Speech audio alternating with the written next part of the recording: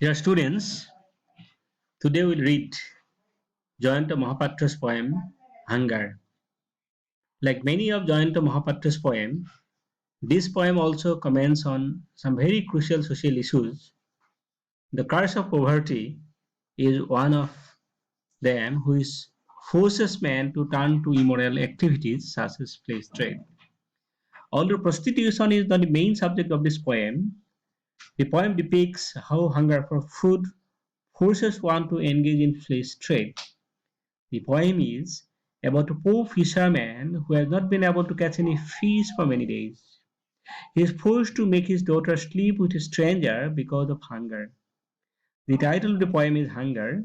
It refers to both hunger for food and hunger for sex. In the case of the fisherman and his daughter, it is hunger for food. On the other hand, for the narrator or the protagonist, it is hunger for sex. The poem is a sort of dramatic narrative where the young man's sexual hunger is seen to be about as compelling as the fisherman's and his daughter's hunger for food. There's probably a pen, uh, there's probably a picnicker on the sea beach from the nearby town. The sea seems to have aroused his desire. The fisherman is very poor, he is very hungry uh, because he has not been able to catch any fish for many days. So he directly offers the young man a proposal. He calls the young man, will you have her? Forced by his intense desire, the narrator follows the fisherman to his hut. Inside the hut, it was darkness all around, and darkness is dispelled a little by an oil lamp burning there. The narrator does not remain unaffected by this darkness, but he realizes that their hunger has driven the fishermen to tempt other strangers the days and nights before. The father leaves the hut, promising to return, and reminds the young man that his boss leaves at 9. The girl, cold as rubber, opens her legs to satisfy his lust. He becomes conscious of her helplessness and his own pathetic desire to exploit it. The first line refers to the narrator's overpowering sexual desire as he stands on the sea beach. Notice that it is the narrator's hunger that begins the narrative. The fisherman's hunger comes in after this. It is at this crucial moment that the hungry fisherman approaches him with his offer, will you have her? Like a professional seller, he hides his urgent need to strike the bargain and makes his offer rather carelessly. But the narrator could sense the pretense. The quiver in his eyes showed how he carried on him the burden of tense nerves and an empty net. So, in the first stanza, we see three characters. We have been introduced with three characters, namely the narrator and the narrator or the protagonist, who is uh, who is at the beach and who is following the fisherman because he's overpowered by intense sexual desire. Secondly, we have the fisherman who is very very poor and who because of his poverty who cannot even manage his daily uh, food, and he offers his daughter for a small buck.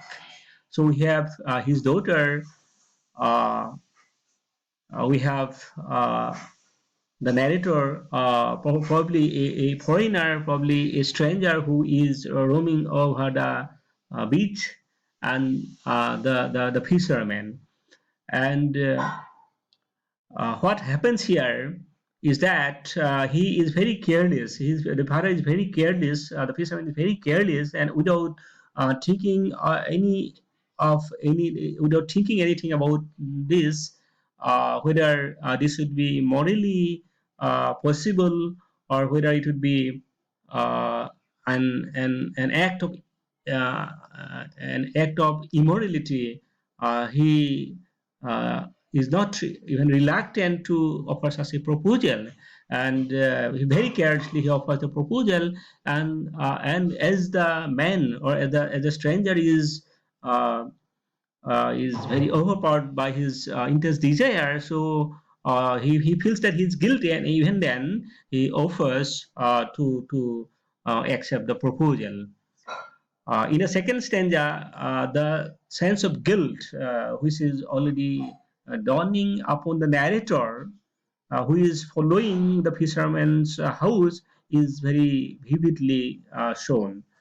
The mind had been so overpowered by the lustful desire that the narrator could not escape it. The narrator's own tension is palpable in the second stanza. Even then, the silence around the house becomes unbearable to him. Contrasted with it is the fisherman's despair and a sense of helplessness as he clawed at the port in the net. In the second stanza, we have been talked about two characters. Number one, what the fisherman is doing, and what the narrator, the stranger, is doing, and we see the fisherman is caught in a situation, such a situation where he cannot decide what he should do. So he is in a helplessness position, and on the other hand, the stranger is also caught in a guilt because he is doing something which he knows very well that he should not have done this, but this is because of his lust, because of his intense desire, that he's not poor, and poverty never has striken him. That is, he, even though he knew, even though he knows it very well, he accepted the proposal. So let's come to stanza 3. In this stanza, we have been told that the narrator entered the nearly dark heart of the fisherman, and everything seemed to underline his sense of guilt. The lean too openly like a wound, palm fronds stretch my skin, and the sticky suit cross the space of my mind points to a consciousness of guilt and pain. So the psychology of the stranger, who, even knowing very well that he's going to commit a kind of guilt, uh, has stricken him so much so that he's very much conscious about his guilt and pain. Time itself has lost its flow and rhythm here. Only the changing shadows thrown by the lone lamp on the walls of the heart give an indication of movement of time. The image of hours like terrified children burns to those walls is a very vivid picture of the terrible gloom and despair in the heart. So what is interesting to note that the picture of the house, the picture of the sake in which the fisherman lives with his daughter, offers nothing but gloom and despair. Gloom because it is all darkness there, and despair because the fisherman feels despair because he has no other alternative but to submit to the lustrous eyes of the stranger. The fourth stanza, we see that the fisherman uh, is not the fisherman is not offering his daughter like a pimp, except he was not a no, except he was not a pimp but a father.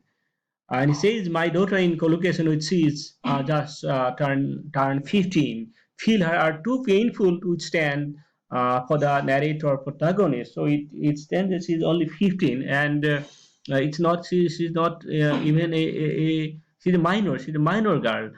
So it's rather painful. Not only uh, in the case of the father, but the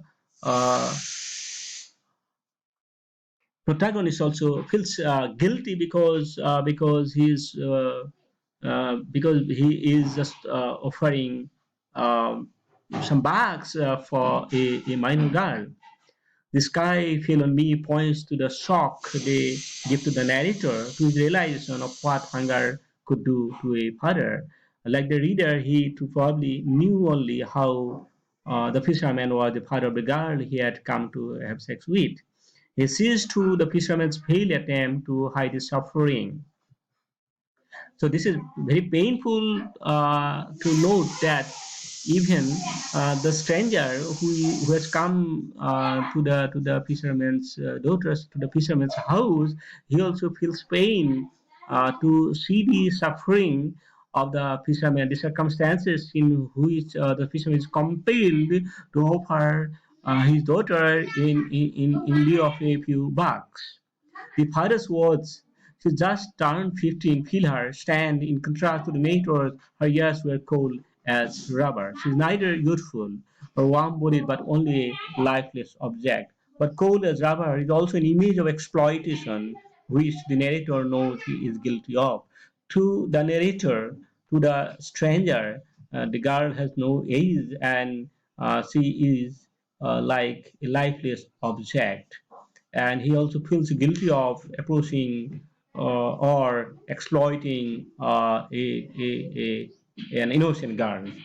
And the social class he belongs to is also by implication guilty of it.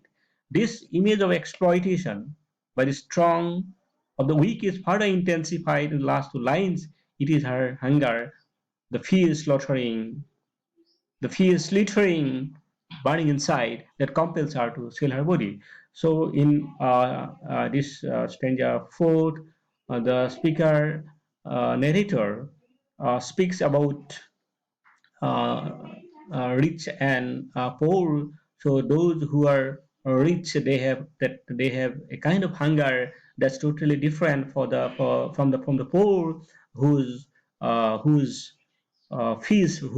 feast, I mean, in whose belly feast sometimes slither.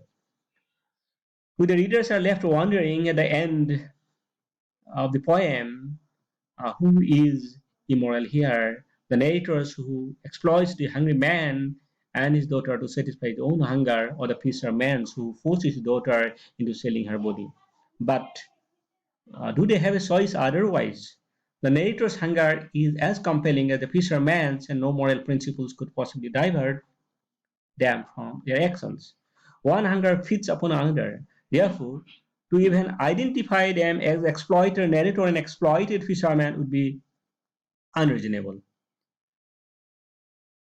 Throughout the poem, there are contrasting images of the narrator's agony, his dilemma, his sense of guilt, and the fisherman's. This is very important. What makes the poem unique is the narrator's agony, his dilemma, his sense of guilt, as well as the fisherman's sense of guilt, sense of helplessness, sense of misery. At the end, they have both satisfied their physical hunger, and yet they have been defeated. The poem pathetically tells the story of the poor fisherman, and in doing so offers comments on a very important social issue, namely poverty, which has gripped his state and country. Jayanta Mahapatra, in most of his poems, talks about poverty-stricken society. In his another poem, Dawn at Fury, he depicts a very painful picture of his state and his country, which is characterized by widows all around, skulls, etc. And here also he offers to the readers issues which are very relevant, which are very crucial, so that these issues should be taken should not be taken for granted. Rather, these issues should be uh, solved at any cost.